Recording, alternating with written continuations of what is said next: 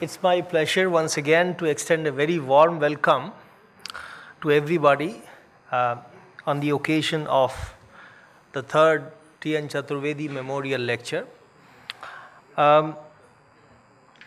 As you can see, we have for this third edition of the lecture, distinguished diplomat, scholar, historian, many things in one, Dr. TCA Raghavan, who has very kindly accepted our invitation and has come to deliver this third lecture of the series on confronting the idea of South Asia today.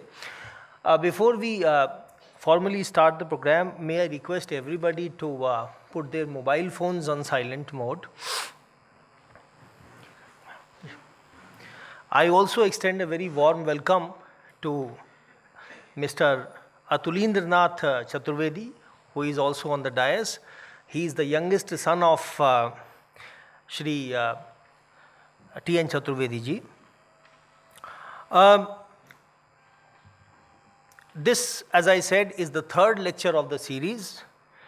The inaugural lecture of the TN Chaturvedi Memorial Lecture was delivered by His Holiness the Dalai Lama in January 2023. The second lecture was delivered January last in 2024 by Mr. Narayan Murthy.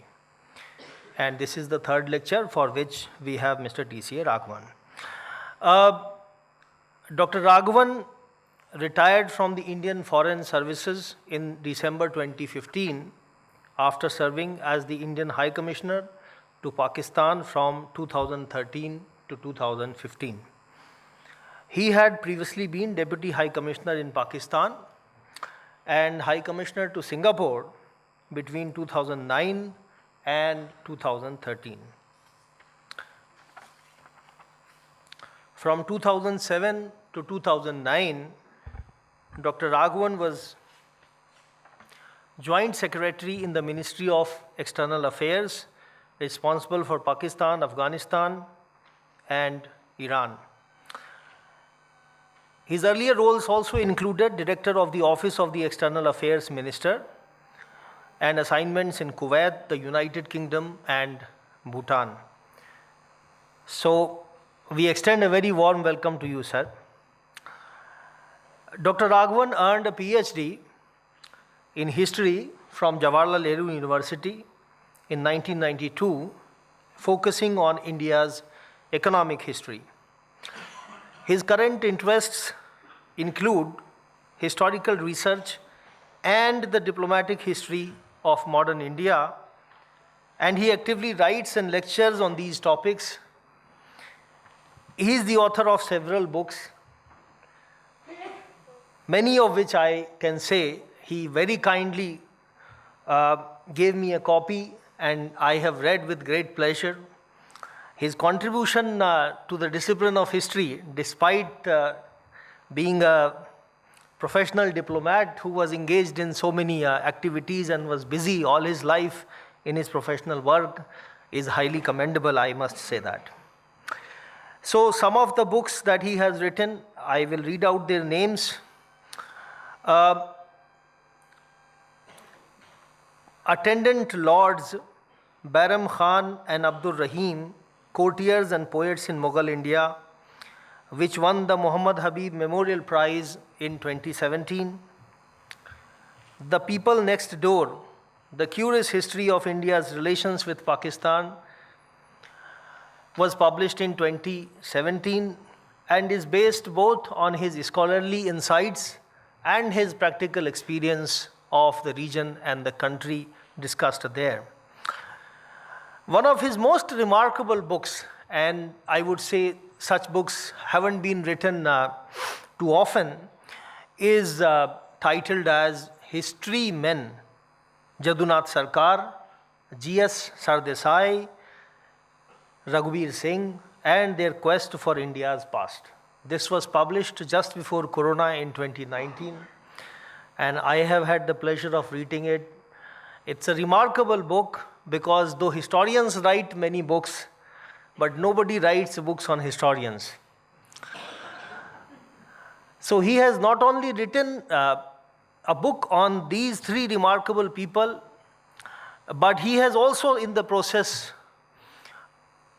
written about how their history writing evolved and how some of the key debates in the discipline of history in India evolved.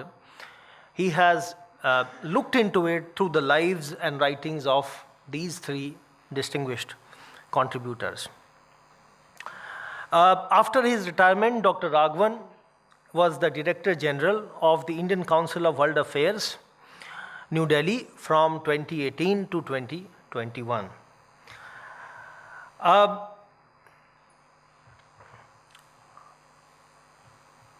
As I said, we also have on the dais the youngest son of late Mr. TN Chaturvedi. And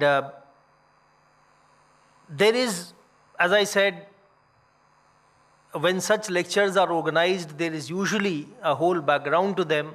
Mr. Chaturvedi had a very long association with this institution, to which I will come later, but I would first like to give a brief introduction, though he was one of those key institution builders of post-independence India who in ideal circumstances don't need any introduction, but still, especially for the younger generation, it is important to know of the key institution builders of the last 75 years.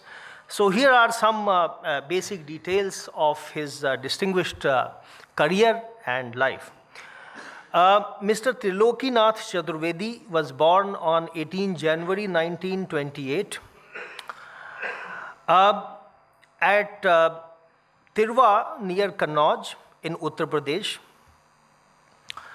He held many important administrative positions and constitutional offices in the government and political system of independent India over about 70 years. He was also associated with numerous academic, literary, and philanthropic institutions as a member and in various leadership capacities. Mr. T. N. Chaturvedi obtained an MA LLB degree from Allahabad University after completing his undergrad studies from Christ Church College, Kanpur. At Allahabad University, he won the University Gold Medal for Economics and Political Science. And the legend is that on his answer sheet also, the examiner had written what another examiner in another era had written on the answer sheet of Dr. Rajendra Prasad. Mr. Chaturvedi joined the first batch of the Indian Administrative Service in 1950 and was attached to its Rajasthan cadre, serving the state in capacities such as Private Secretary to the Chief Minister, Collector and District Magistrate of Ajmer, and Secretary in the Departments of Industries, Mines, Town Planning and Tourism. As a Fellow of the International Bank for Reconstruction and Development, part of the World Bank, he studied in the United States in the 1950s and then went on deputation to the central government in 1967 as Joint Director, National Academy of Administration, Mussoorie till 1971, and was later Chief Secretary, Delhi Administration, 1971 to 73, Director, India Investment Center, 1973 to 1976, Chief Commissioner, Chandigarh, 1976 to 1978, during the emergency. Mr. Chaturvedi came back to Rajasthan, his parent cadre, as Chairman, Rajasthan Industrial and Minerals Development Corporation, and then became the Director of the Indian Institute of Public Administration in Delhi. He was appointed Union Education Secretary in the Ministry of Education in 1982, which at the time included the subsequent ministries of Sports, Women and Child Welfare, Culture, and Education. He became Union Home Secretary and remained in this position until 1984. He dealt with issues such as the insurgencies in Kashmir and Punjab and the students' movement against infiltrators in Assam. He served in the constitutional position of Comptroller and Auditor General of India between 1984 and 1990. On demitting office, he started his political career by joining the Bharatiya Janata Party in 1991. He was twice elected to the Rajya Sabha. An active parliamentarian, he was on the panel of Vice Chairman of the Rajya Sabha, Chairman of the Committee on Industry, and a member of the Committees on External Affairs, Defense, Public Accounts, Money Laundering, Patents, and on the Securities Scam. As I referred to earlier, he had a long association of some 40 years with this institution in various capacities. He was Vice President of the then NMML, now the Prime Minister's Museum and Library Society, and Chairman of its Executive Council. He was Chancellor of the Rashtriya Sanskrit Vidyapeeth. He was elected India's representative on the Executive Board of UNESCO in 2001. Mr. Chaturvedi was appointed Governor of Karnataka in August 2002 and was also briefly Governor of Kerala, which was an additional charge that he held.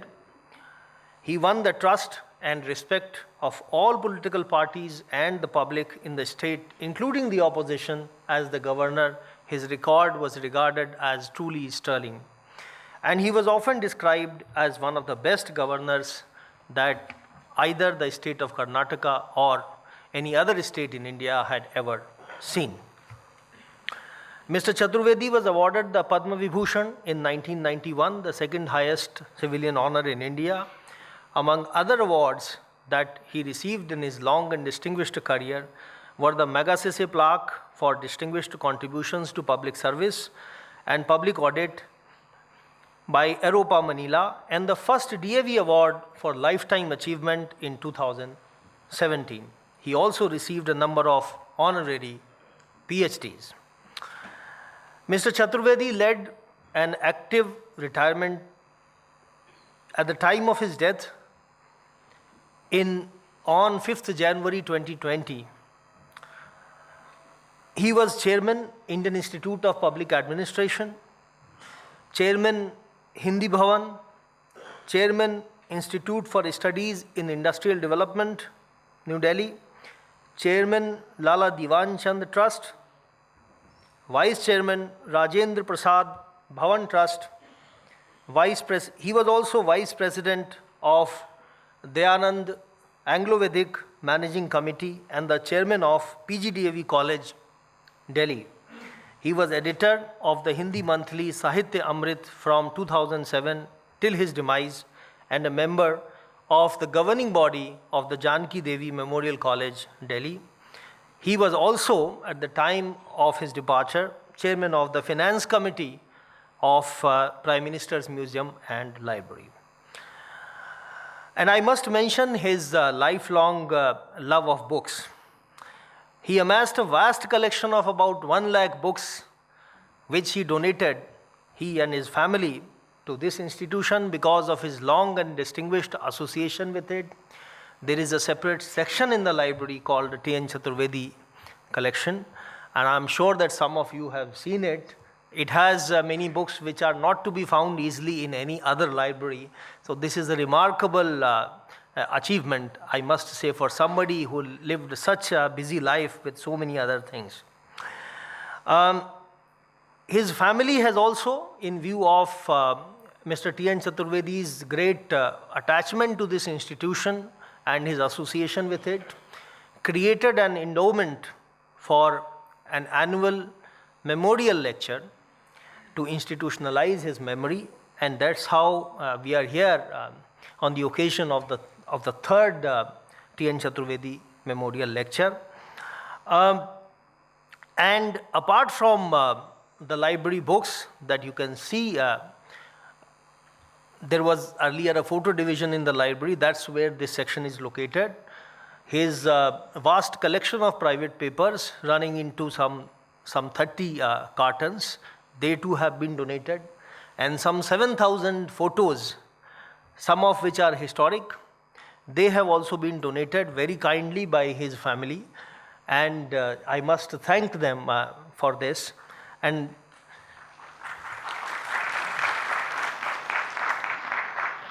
he was witness to many important things, and therefore his documents are of great importance. It was during his time that the Bofors matter, when he was the Comptroller and Auditor General, that the issue of Bofors came up.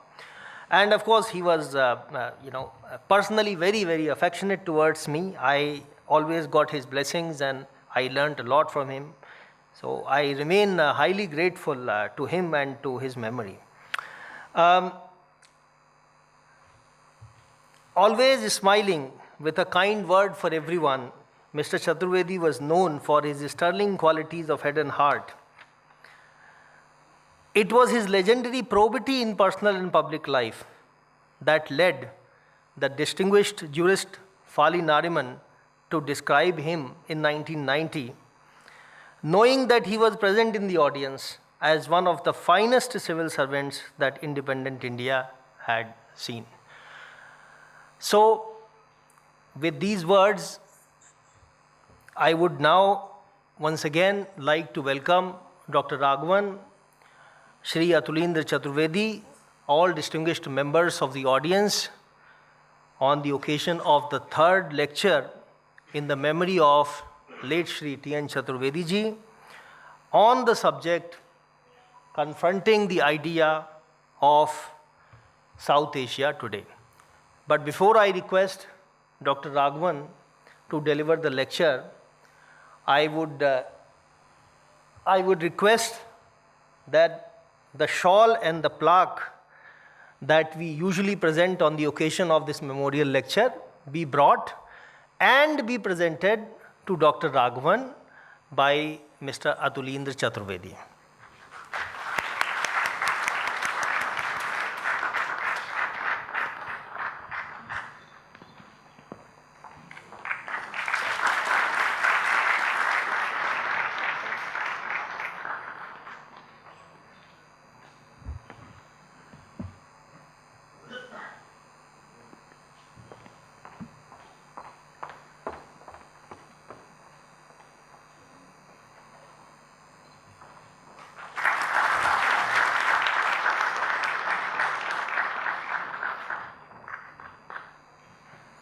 So may I now formally request Dr. Raghavan to deliver the third TN Chaturvedi Memorial Lecture. Sir.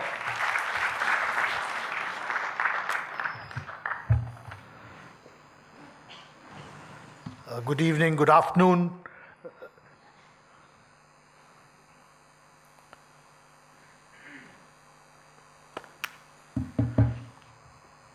Dr. Ravi Mishra, Joint Director, Prime Minister's Museum and Library, Sri Atulendra Nath Chaturvedi.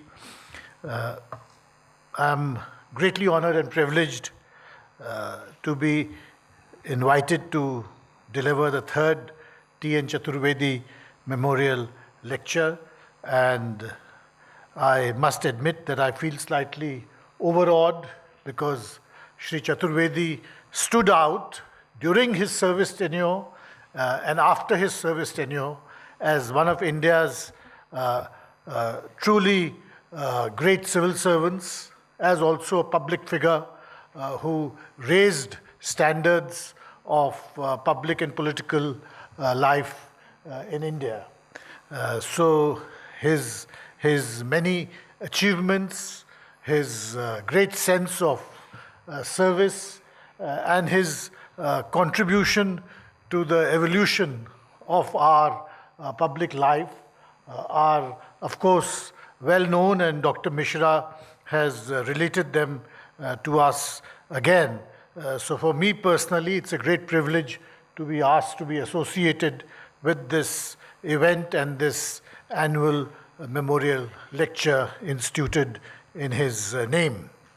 I myself never had the good fortune to work with or to be directly associated with Sri TN Chaturvedi, but I did know of him because many of my senior colleagues and superior officers had in fact been trained by him when he was Joint Director in the National Academy of Administration in Mussoorie.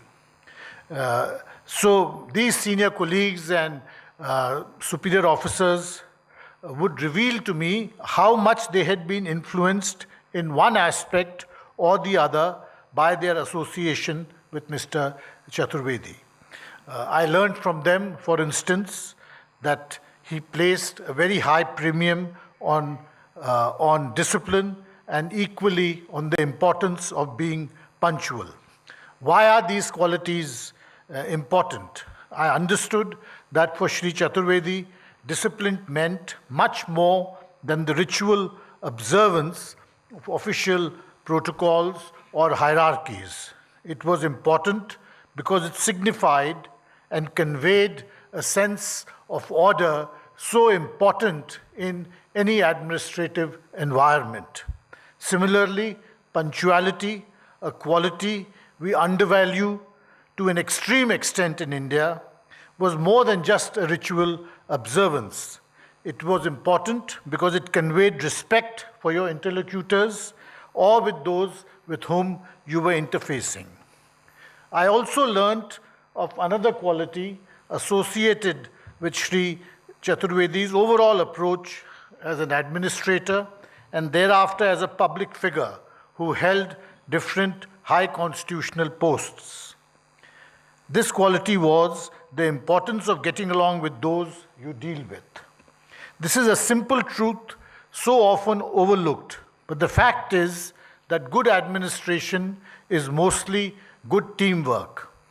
Only by attending to these simple principles can the base of a larger architecture for good governance be constructed in our country. In speaking today at this function to commemorate Sri TN Chaturvedi's life and achievements and his numerous contributions to the public good, I have chosen as a title, Confronting the Idea of South Asia Today. What do I mean by this? I would like to state my hypothesis right at the beginning, and my hypothesis is that today there is a crisis of regionalism in South Asia. A subset of this crisis of regionalism is the better known crisis in some constituent parts of South Asia. Because of our size, our stability, and the continuity in our state systems, we are relatively insulated from this crisis. Our stability disguises and cloaks the fragility of our neighborhood. This makes us more sanguine about the region we inhabit than we should be. Secondly, the sheer scale of the recent global churn and the intensity and drama of global events also blurs and obscures our regional situation. Therefore, my theme is about confronting and addressing South Asia head-on and understanding ourselves in the context of our region. I will begin today with a slightly anecdotal digression dating back about 2 decades ago to December 2004 in Islamabad. The political sociologist Professor Ashish Nandi was in Islamabad to deliver the presiding address at the annual conference of a local think tank. The theme of the conference was South Asia and South Asian cooperation, and this is what Professor Nandi also focused his remarks on. My recollection of those remarks is relevant, I thought, to today's theme and to today's discussion. I should explain that December 2004 was a time when the idea of regional cooperation in South Asia was on a high, perhaps its highest point ever. Certainly, the traction and the public support the idea generated was palpable even in Islamabad. A very successful SAARC summit had been hosted by Pakistan just about a year earlier, and as you will recall, Prime Minister Vajpayee had made this path-breaking visit to Pakistan in January of 2004.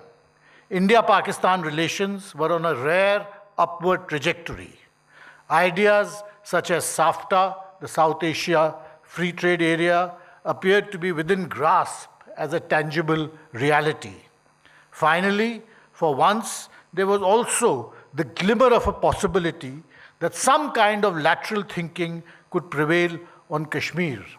In brief, that time in 2004 was an unusual moment in South Asia's contemporary history. Yet, despite this upbeat atmosphere, Professor Nandi had begun his lecture on a somewhat pensive note. South Asia, he argued, was the only region in the world where most of the states defined themselves negatively, i.e., they defined themselves in terms of what they are not. Pakistan, Nepal, Sri Lanka thus desperately try not to be India. Bangladesh has a double burden. Bangladesh has a double burden, not Pakistan and not India. To do so successfully, it begins by insisting that it is not West Bengal. In India, it was said till recently that India is not Pakistan. Now some critics insist that India is becoming like Pakistan, and I have to occasionally reassure my friends that this is not so. Ashish Nandi's point was, however, a more general and a regional one. South Asia, he said, can be called, quote, a collective of reluctant states, unquote. His point also was that South Asia as a category conceptually was somewhat artificial. It was a compromise, a kind of neutral terrain. And this, I realized even then, was a point worth remembering. The term South Asia had emerged around the middle of the last century from within the debates in the US-led discipline of area studies. The existing terminology in use till then, the Indian subcontinent, now appeared somewhat archaic after decolonization and the partition of India.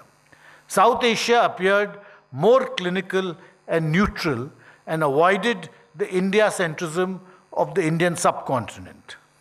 The point is that the idea of South Asia thus emerged only reluctantly, in part as an import from the US academic debates, and in part to offer a neutral terrain and overcome the contestations of the term Indian subcontinent. However, the fact also is that over the years, the term was codified by each of the member countries in the region in different ways. This was especially so when they decided on founding an association of South Asian nation states. This gave to the idea of South Asia, or to the term South Asia, an additional legitimacy and gravitas beyond that of being a neutral term. Terms such as SAARC solidarity, SAARC spirit, and even a SAARC identity were occasionally employed in public discourse alongside the narrative of a South Asian identity. We need to be conscious of the limitations of each of these, but they are also an indication that a hybrid was sinking some roots, however shallow. I make this point as a preface to my main point, which concerns ours, and by this I mean Indian, perceptions with regard to the state of South Asia today.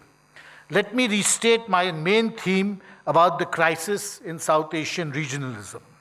By this, I mean three separate dimensions.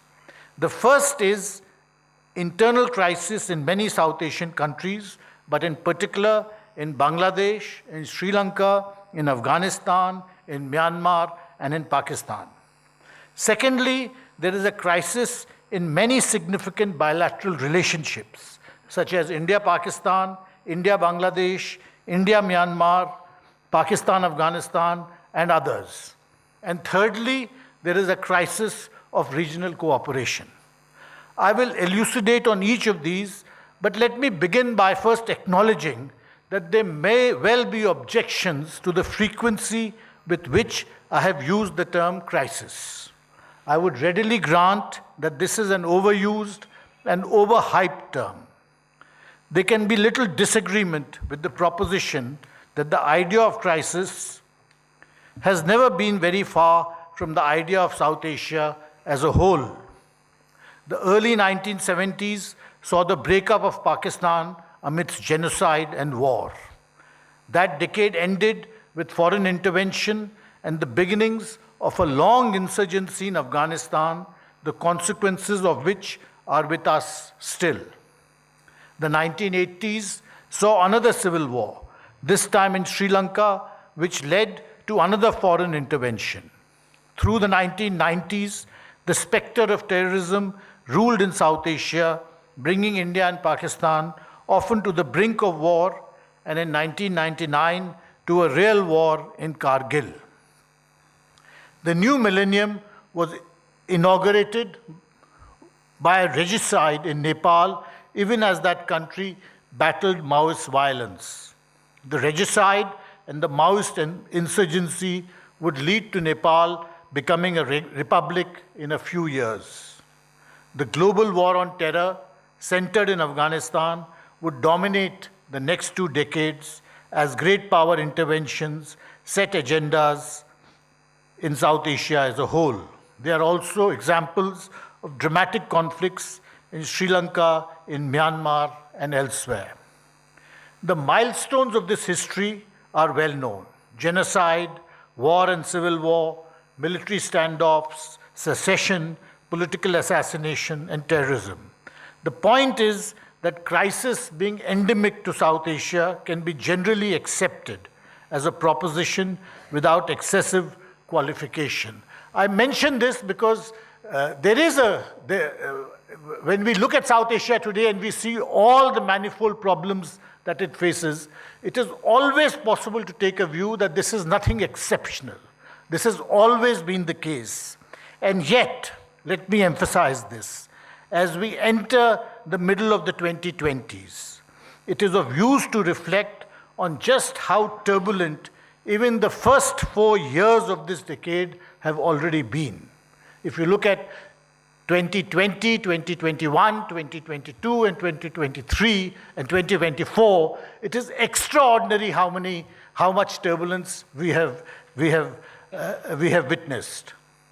A global pandemic, a war in Europe, and another in West Asia, whose consequences include a small genocide. Each of these events has a conversation-stopping capacity in itself. That they overlapped to a great extent makes for an extraordinary geopolitical phase. None of these could have been anticipated or their magnitudes predicted at the outset. Then, quite early in the decade, we also saw something no one could have anticipated or predicted: a disputed presidential transition in the United States with a hint of even the unthinkable, a doubt about regime stability. There was an even wider scenario with numerous indications that the growing US-China contestation suggested, in fact, the onset of a new Cold War, no less. It could be argued that this overall global scenario, with its numerous dramas and ongoing and potential disruptions, blurs our focus on our immediate neighborhood. But simultaneously, it certainly also appears that the first 4 years of this decade, many of the constituent parts of South Asia have appeared particularly brittle, even fragile. In this context, a crisis-ridden 2020s so far does not appear like hyperbole. To elucidate a little, over the past 4 years, crisis in South Asia has acquired a new cutting edge that compels our attention. On the eastern flank, Myanmar witnessed a military coup which not only reversed a decade-long transition to democracy, but also marked the beginning of a civil war which has since eroded the country's central authority and basic stability as a state system. On the western flank in Afghanistan, there was even greater drama. The Taliban swept away a US-installed architecture in toto. In the final stages, the Taliban success represented almost a contradiction. It was like a military victory that was peaceful, as the US withdrew amidst chaos, with even the bare minimum of an orderly transition not being put in place. If insurgency and military coups dominate narratives from our west and east, our closest maritime neighbor on the south, Sri Lanka, saw civic action of an intensity not seen in recent years. Popular protests swept away the ruling administration in Colombo. The president fled into exile, and chaos momentarily appeared to engulf Sri Lanka's state system before the semblance of constitutional change asserted itself and a new government came to power. About 2 years later, in August 2024, a similar popular insurrection in Bangladesh led to the flight and exile of its president. Unlike in Sri Lanka, however, the new architecture in Bangladesh is a hybrid of constitutional and extra-constitutional elements. The country itself is still delicately poised between these two directions. Through this period, from 2020 onwards, different crisis vectors have matured and collided in Pakistan. The term polycrisis, coined for another continent and for another context, seemed to apply with particular resonance to Pakistan during this period. Extreme climate change events, economic meltdown, extreme political polarization, intensified civil-military clashes, and a national security crisis as the graph of terrorist attacks went steadily upwards. All this has been the essence of headlines from Pakistan over the past 4 years. Polycrisis, representing geopolitical, climatic, and economic crisis, all happening together, may well have been a term almost tailor-made for Pakistan, but it is undeniable that it has a wider resonance for other parts of South Asia too.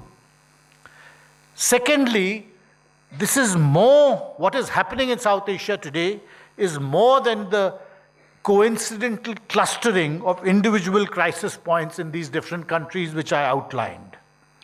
Each of these individual crises has been accompanied by a sharp deterioration in important bilateral relationships. We have thus seen dramatic spikes in tension in Pakistan-Afghanistan, Pakistan-Iran, and Bangladesh-India relations. Between Myanmar and India, with the announcement of the suspension of the free movement regime and of fencing the border, clearly the relationship is venturing into a more complex phase. The continuing crisis in Manipur is at least in part a symptom of the situation in Myanmar. India-Pakistan relations have been stable since the line of control ceasefire of 2021, but this is stability at a very low plateau. Diplomatic relations are downgraded, there is a ban on trade, there is no political engagement, and the interface between the two countries is regularly punctuated by high decibel negativities.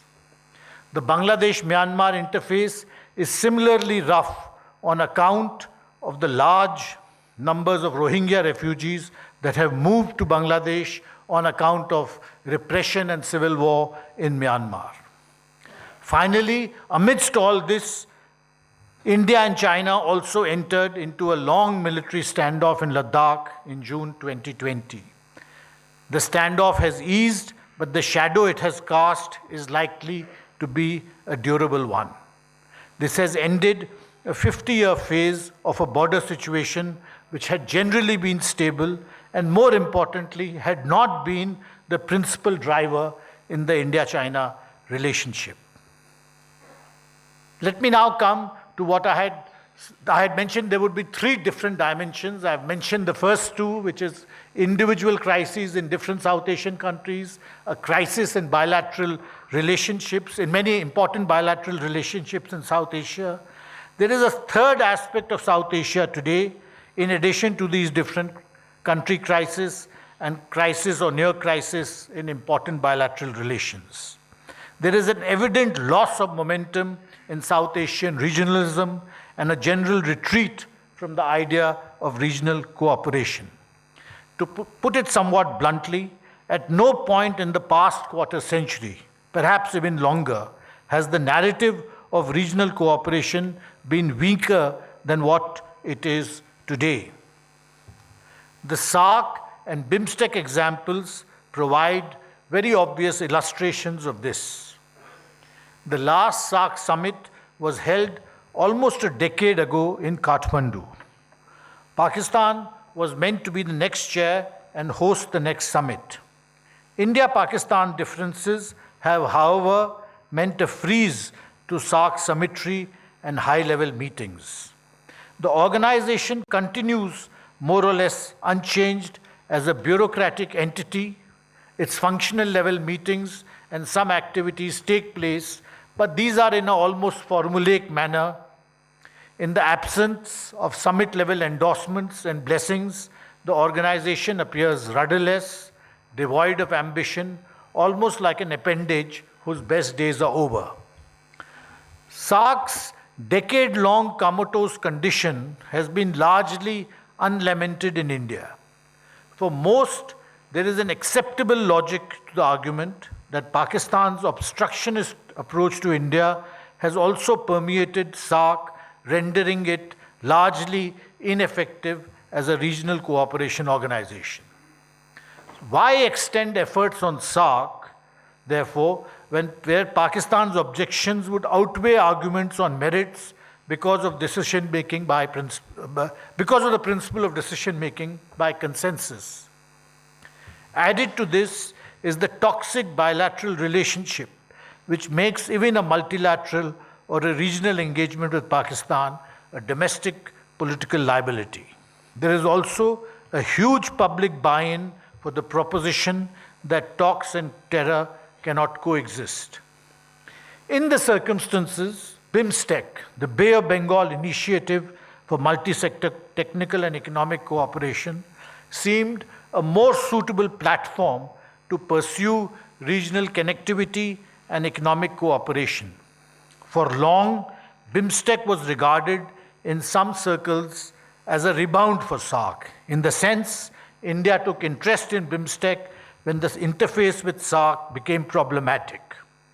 Post-2016, BIMSTEC appeared to acquire a new relevance and energy as SAARC sank into inactivity. BIMSTEC's advantages were numerous. Firstly, its focus was a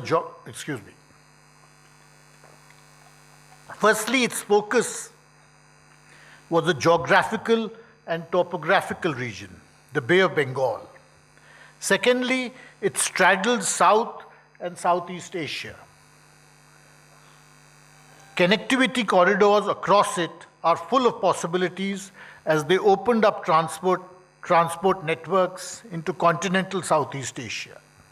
Most of all, connectivity with Southeast Asia and the ASEAN meant linking to a region which was forward-looking in orientation as compared to the north and northwest of the subcontinent with its numerous legacy issues and unresolved conflicts. Myanmar and Thailand, as ASEAN members in BIMSTEC, suggested that the Southeast Asian and ASEAN flavor would be strong and the negativities and legacy issues that so plagued SAARC could be put aside. Yet BIMSTEC is increasingly facing headwinds and its prospects are visibly eroding. This is for reasons not related to India or any other country's foreign or diplomatic policy. Rather, it is largely on account of Myanmar's internal dynamics since 2021. Of course, from mid-2024 onwards, is the new situation in Bangladesh. The intensification of the civil war and the visible weakening of the central government has meant that Myanmar's role as a bridge between South and Southeast Asia now stands severely compromised. BIMSTEC connectivity projects will inevitably be impacted. Similarly, the political flux in Bangladesh and the fact that India-Bangladesh relations have entered an uncertain and tentative phase will also impact BIMSTEC's overall functioning, and its promise stands therefore somewhat compromised. For India, the shift of emphasis and attention away from SAARC and towards BIMSTEC was a conscious policy choice dictated largely by frustrations arising from our interface with Pakistan. The challenges that BIMSTEC now faces could not have been anticipated earlier. But the present situation is one in which South Asia stands somewhat under-equipped and underprepared to address issues of regional cooperation. How should India view this pronounced trend of a decline in regionalism? It is instructive to look back at our diplomatic history. From the mid-1980s, around the time that the idea of SAARC was first visualized and then established, or from the mid-80s, a question much debated in India is of the relative weight to be assigned to bilateralism and regionalism in approaching South Asia. It is of interest to recollect that the idea of regional cooperation did not emerge from India when it first appeared in the 1980s. Why is this so, given the fact that India has traditionally been a thought leader and is well known for thinking laterally and in creative terms? To some extent, this was because in India, at that time, the idea of regional cooperation was seen largely in a Cold War framework of blocs and concerts of like-minded countries. Thus, the European movement was seen as a subset of the larger US-Soviet Union or NATO-Warsaw Pact rivalry. Similarly, ASEAN was viewed as the outcome of the US approach to Southeast Asia and Indochina in the context of its war in Vietnam. The Gulf Cooperation Council, similarly, was seen as an outcome of the Iran-Iraq war and the larger breakdown of the US-Iran relationship after the Iranian Revolution of 1979. These assessments gave to the concept of regional organizations and regional cooperation a somewhat unsavory geopolitical connotation and negatively colored the minds of many in India. Further negatives came from other directions. Most prominent was the view in the 1980s that why should India invest in a regional approach at all, since the core of our neighborhood policy is anchored in bilateralism. There is some substance to this view. In our relations with Nepal, Bhutan, Sri Lanka, Myanmar, and others, the scale of our bilateral investments far outweighs anything attempted through SAARC or later through BIMSTEC. Similarly, with Afghanistan, in the first 2 decades of this century, bilateral commitments predominated, and the SAARC process and commitments were minuscule in comparison. In brief, our bilateral ambitions have always dwarfed our regional thinking, and perhaps rightly and inevitably so. Alongside this, there was and sometimes still is the argument that regional organizations will be a liability for India as they provide a platform for smaller neighbors to gang up and embarrass us if nothing else. Therefore, a why bother with regional cooperation approach had emerged in the 1980s. and it has never completely died out. Although it has led a subterranean existence for long periods, but it always had the potential to surface and become a force to reckon with. This why bother with regional cooperation argument lost out thereafter, principally because of the traction which the idea of regional cooperation gathered in the 1980s and 1990s. The evident success of the European Union and ASEAN created a template and set a standard for South Asia which was too compelling to be ignored. The end of the Cold War meant that the unsavory connotations that had surrounded regional cooperation gradually disappeared, or at least became weaker. An equally strong argument was that since the idea of South Asian regional cooperation had a wide acceptability in the region, it was desirable that India be at the head of these initiatives, or be at the head of such initiatives.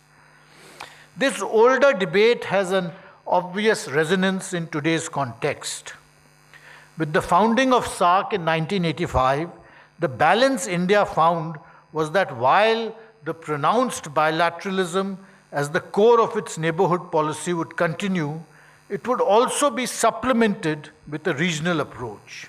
In other words, a regional envelope would coexist with strong bilateralism. The regional narrative was popular for obvious reasons with our smaller neighbors. And in howsoever limited a fashion, it did also contribute to the idea of a South Asian fraternity, however fractious it may have been. A frozen SAARC process and BIMSTEC's various headwinds means that regionalism in South Asia is now tottering. SAARC's retreat into the shadows means that the narrative built up around regional cooperation has weakened, and there is a vacuum building up around the concept. A vacuum inevitably means that there is potential for others to step in to fill it. China, for instance, has set up a China-South Asia Forum. It is still a very low-key process, but it carries the germ of a template of a new model for cooperation in South Asia that excludes India. The China factor apart, the retreat in South Asian regionalism is problematic for India for other reasons. A regional narrative enables and facilitates bilateralism. Given the existing asymmetries in South Asia of economy, political weight, and sheer size, and considering how much they are weighted in favor of India, it is also in our interest to constantly gauge how much a SAARC or a regional cooperation freeze has negatively impacted our smaller neighbors. Let me now weave these thoughts into some concluding narrative. Two divergent, even opposing streams of thought have dominated the debate around foreign policy in the past 5 or 6 years. The first is that the emergence of India as a global player on account of the strength and continuity of its state system, its growing economic, military, and technological capacities, its size, and its demography. Giving credence to this view is our role in the G20, in Quad, in BRICS, but most of all in India's capacity to adopt independent postures. For instance, with regard to the ongoing war in Europe and other contested and divisive international issues, we have maintained independent positions and simultaneously maintained reasonable, even good relations with parties on opposing sides of contestatory equations. Some enthusiasts for this point of view, this view about the emergence of India as a global player, thus even argue that for all these reasons, India today is in a geopolitical sweet spot. The second, and dare I say, minority view is that the first perspective is largely a chimera and far from being in a geopolitical sweet spot, we are in the midst of an extremely difficult neighborhood situation. The numerous positivities generated by an expanded international profile cloak this neighborhood reality and to that extent encourages an illusion, even a delusion, that makes us overlook grave dangers and mounting challenges. My purpose is not to go into this debate or to delve into the merits and demerits of either position in this binary. I put it forward to provide a context and a background as I share some thoughts on the neighborhood situation. Global agendas and preoccupations and our own very legitimate aspirations certainly compel us to focus on the larger global picture and the bigger strategic games afoot. But there is an intrinsic compulsion that also binds us to our immediate neighborhood. This is the elementary proposition that we cannot graduate out of our neighborhood. If this is true, then our neighbors and our neighborhood merit constant attention. We have to pose to ourselves the question constantly, which India is a stronger candidate to play a central role in world affairs? Is it one which is connected globally but somewhat disconnected in its immediate environment? Or is it one that is integrated into its neighborhood and is at ease in it? To my mind, our larger aspirations are inextricably and forever tied to the success we will have in stabilizing our neighborhood. I had begun with noting Professor Nandi's characterization of South Asia as a region where many of its states define themselves negatively in terms of not being India. He had also described South Asia as a region of reluctant states. Much of this is obviously related to India's position in South Asia and its real and discursive preponderance. This places a particularly heavy burden on India in policy terms, and this is a real burden that is ours alone to bear. In this context, it is useful to keep in mind a theoretical construct occasionally employed by international relations theorists: strategic narcissism and its opposite, strategic empathy. Strategic narcissism implies a tendency to see the world, or indeed your region, on your own terms and to trace the motivation and actions of third parties back entirely to you. Strategic empathy, on the other hand, involves understanding your interlocutors, even your adversaries, better. It also means the capacity or the ability to put yourself in your interlocutor's shoes to understand his or her predicaments better. Clearly, these are theoretical constructs, but they are useful to bear in mind when we approach South Asia today. In our minds, certainly, we can imagine a policy spectrum ranging from strategic narcissism at one end to strategic empathy on the other. Our effort, obviously, should be to situate ourselves towards the empathy end of this imaginary spectrum. Now, of course, many of us realize that suggestions and advice to governments are very easily proffered, but actually implementing new ideas, however good they may be, is easier said than done.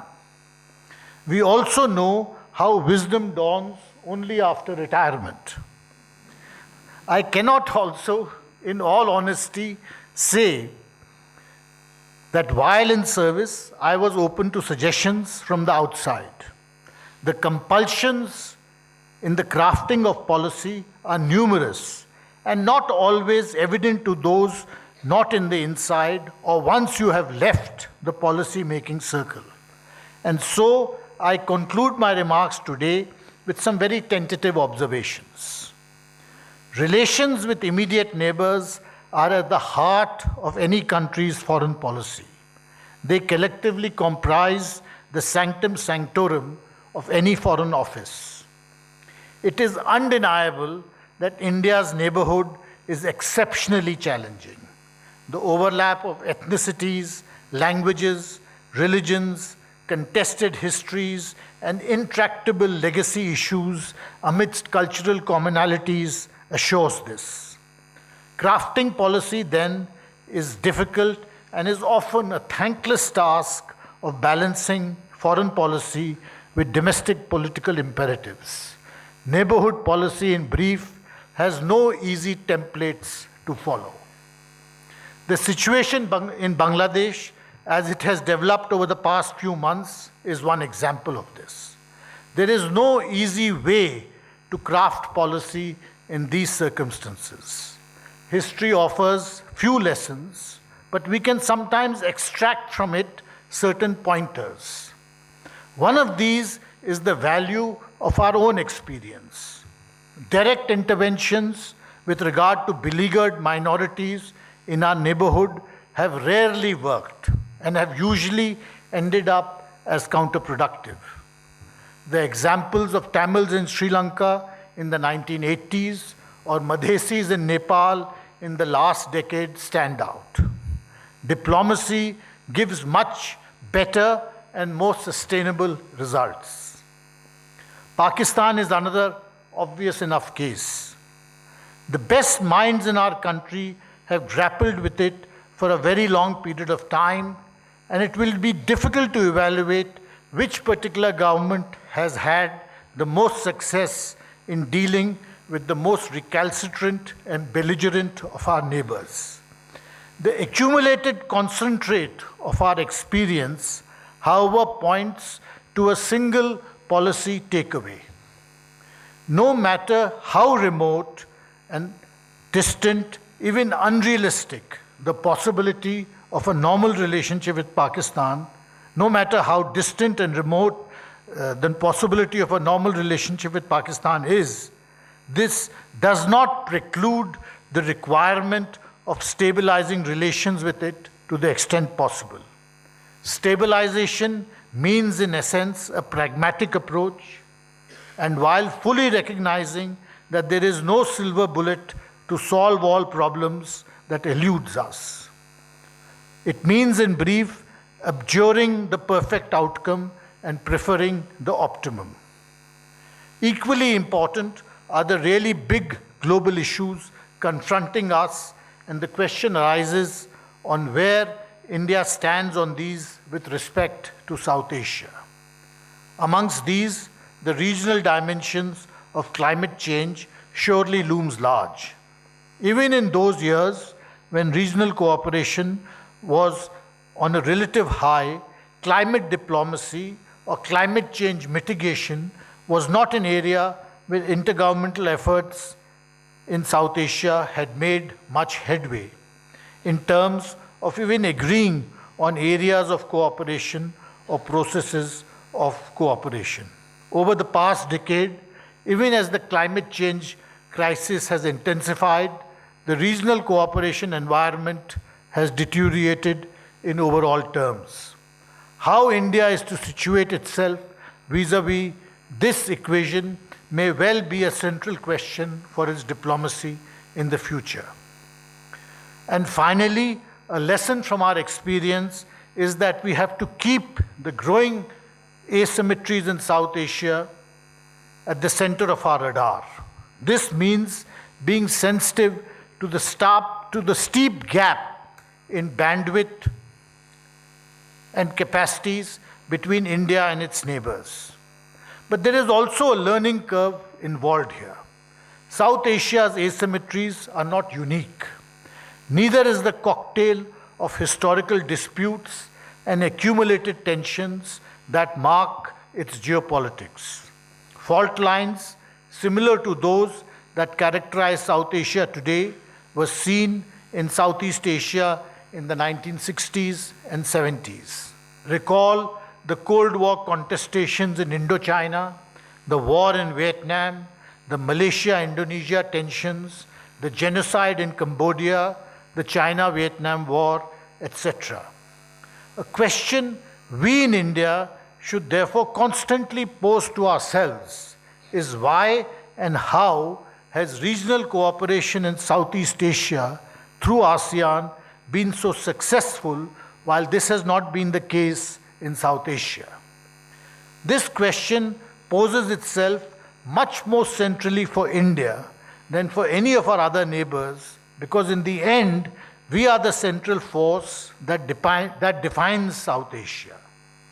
What was the role that Indonesia played in ASEAN's early and middle years, notwithstanding all its differences and disputes with Malaysia and others? Indonesia's preponderance in Southeast Asia matches that of India in South Asia. But how was it much more successful than India in discharging the role of being the vanguard of establishing regional cooperation institutions in Southeast Asia? Perhaps the answers may reveal elements of a policy mix for us in India as well. But to get the answers, first the question has to be posed. And as I said, there is a learning curve involved here. It may well be that the answer is one that we do not like, that the pace of regional cooperation has to be set by the most reluctant of our partners. But the policy prescription for us has to be to accept this rather than get frustrated by our incapacity or inability to set the pace for regional cooperation ourselves. There is one final thought with regard to neighborhoods that is compelling. Policymakers have the well-known task of thinking ahead to situate where they would like the country to be at a certain point in the future. Alongside this, there is a somewhat lesser known and less glamorous task which carries an even greater burden. That is of thinking ahead to see where you do not want to be in the future. Two examples stand out in today's world of trajectories, two examples stand out in today's world, and these are of trajectories which we do not want for ourselves. The ongoing conflict in Ukraine and the one in Gaza, now mercifully paused. There are numerous ways of analyzing each of these two conflicts. To me, however, both stand out as classic standing examples of just how badly things can go amongst neighbors if relations are not managed effectively. Avoiding such a future is also one of the imperatives that faces us today. The first 4 years of this decade have been exceptionally turbulent, and we do not know what the rest of the decade has in store. That is in itself as good a reason as any to confront the idea of South Asia amidst all our other preoccupations and concerns. May I thank the Shri TN Chaturvedi family and the Prime Minister's Library and Museum for making me part of this occasion to pay respectful homage to his memory. Thank you very much.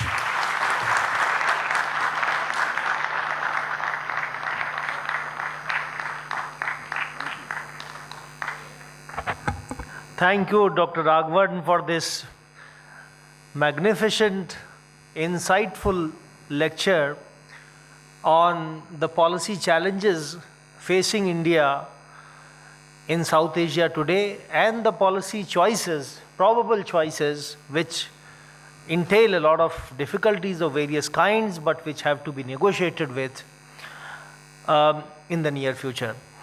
So, Dr. Raghavan has very kindly agreed, and we do have 10 minutes for a few questions and brief comments. Yes, please, pass on the mic. Thank you very much. Dr. Raghavan, thank you very much for your brilliant and insightful lecture. I think it reflects, first of all, in my humble opinion, that you are a regionalist and a globalist. And what you speak of is the message that you gave, that we must be more of a strategic empathizer rather than the opposite. I think that kind of thinking is extremely important for India and its neighbors to reach a state where there is long-term peace in the region, which will then allow countries to achieve its economic goals.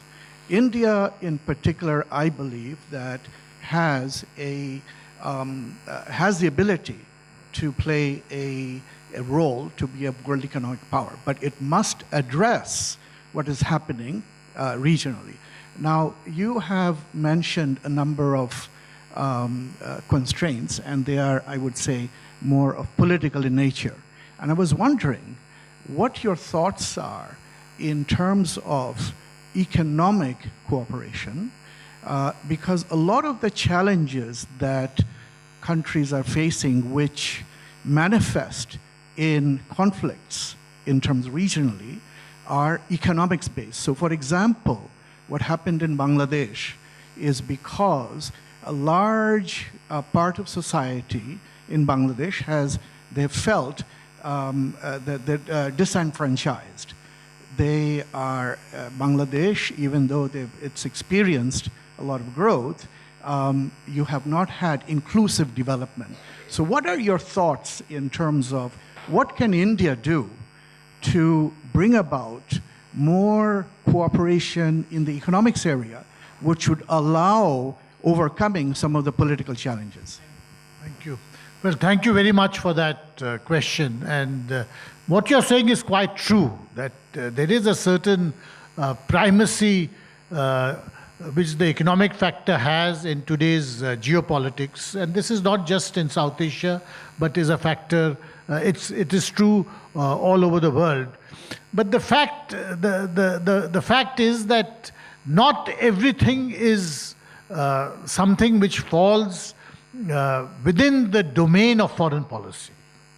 A country's internal distribution issues are not something which an external power can address through its foreign policy. So what happens in Bangladesh internally, or what are the kinds of tensions and churns which are taking place in different parts of South Asia, is not something which Indian foreign policy itself can directly address, because in the end, every state in South Asia, no matter how small, in fact any state anywhere in the world, is sovereign, and it is for the governments of those countries to address those issues. You cannot devise a foreign policy which will take into account the specificities and uniqueness of internal country situations in many places. But I would agree with you, it is something which we have to be sensitive to, and certainly we should try to order our geopolitics in a way that it provides a platform which would encourage economic cooperation, or greater and greater economic cooperation within the region and also outside the region. Yes, please. Pass on the mic. Sir, thank you so much for such a lecture with such a clarity and coherence. I would say that your lecture, which is of course rightly so, is more outward gazing than inward gazing. Clearly, of course, because of the topic. Taking into consideration the ongoing conflict in Manipur, I see that state as, where both direct interventions and diplomatic interventions, if I may use, seem to have not yielded the result that we may desire to witness. So could you please reflect more on the ongoing situation in relationship with what's happening in Burma, and also the fact that diplomatic interventions and direct interventions have not yielded the desired result? What is the alternative? Thank you. Well, Myanmar is an excellent case which shows the real limitations which exist to foreign policy and diplomacy in today's world. The view, not just in India, but in many countries across, was that ASEAN itself was best equipped to deal with the crisis in Myanmar. And generally, most other countries, including India, stood back to enable ASEAN to take an initiative with regard to what was happening in Myanmar. And this began in 2021 itself. But the fact is that ASEAN interventions did not work, which in the end is an illustration of how diplomacy and foreign policy has limits. And once the ASEAN intervention did not work, it restricted the space for others also to make a similar effort, because clearly there were objective realities which worked against external diplomatic factors trying to find a resolution to the situation. So I would say, there are limits in today's world to what external actors can do. And there is a domestic dynamic which has its own agency and is sometimes not amenable to outside intervention at all. Yes.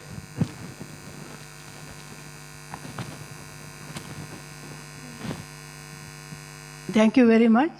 I feel pride that I have written a book on science diplomacy in the South Asian countries. I'm not an historian, I'm not a diplomat, but I took this challenge because I was the one who was invited by one of the premier academy of the world to attend a workshop on energy science diplomacy in 2013. By that time, I already superannuated from Ministry of Science and Technology. So these are some of the thoughts which you have shared today. Give me really, I feel proud because you are the initiator of that when you were in ICWA. So, I would like to present a copy to you. Thank you. And by the way, great things are done during service and later after service also.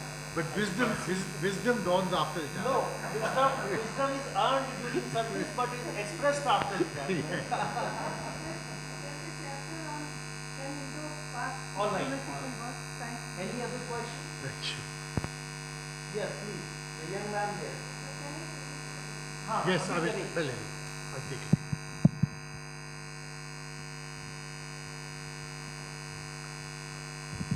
Good evening, sir. So my question is, how do you think that US and China are going to play as an external factor in South Asian collaboration and the security dynamics here? We have one last question from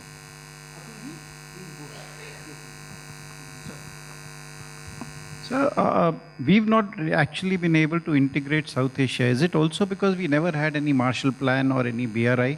And this is one of the most, poorest regions in the world as such. So, rather than blaming others, is it because our own capacity is not there actually to integrate the entire region? Well, thank you both. Very interesting questions.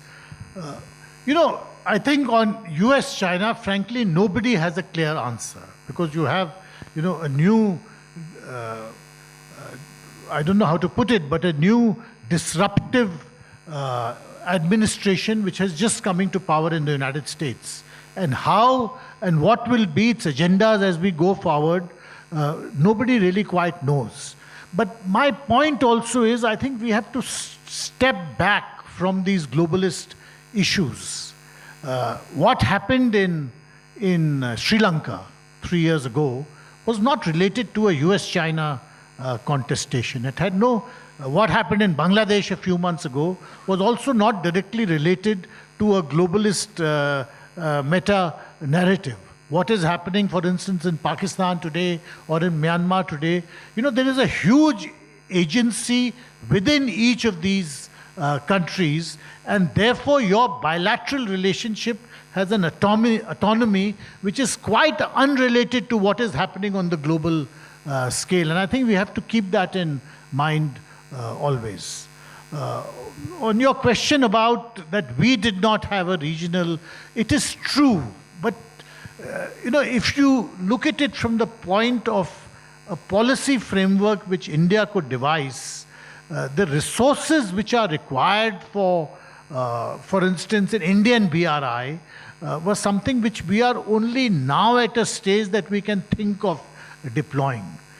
Such an opportunity or such a prospect was not realistic 20 years ago or even 15 or 25 years ago. It is now something which we can think about and perhaps imagine as a possibility, but even now there would be huge resource constraints. Secondly, let's not forget that plans such as the BRI, how much resistance they have faced in South Asia. You can have a discussion about how successful the China-Pakistan economic corridor has been, and it will be very much like a glass half empty or half full type of discussion.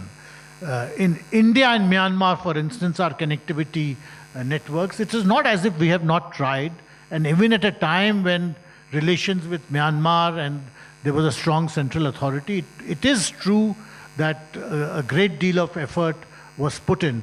But the objective ground conditions also were a material factor, and they remain a material factor in implementing large-scale projects in that area. So I would say that yes, it is important that we think in big terms, but we have to understand the specificities of our region and the limitations that poses on policy. Thank you very much for answering these questions. I think this was the last question that we took. And may I now request, moving towards the conclusion of the program, Mr. TN Chaturvedi to deliver a formal vote of thanks.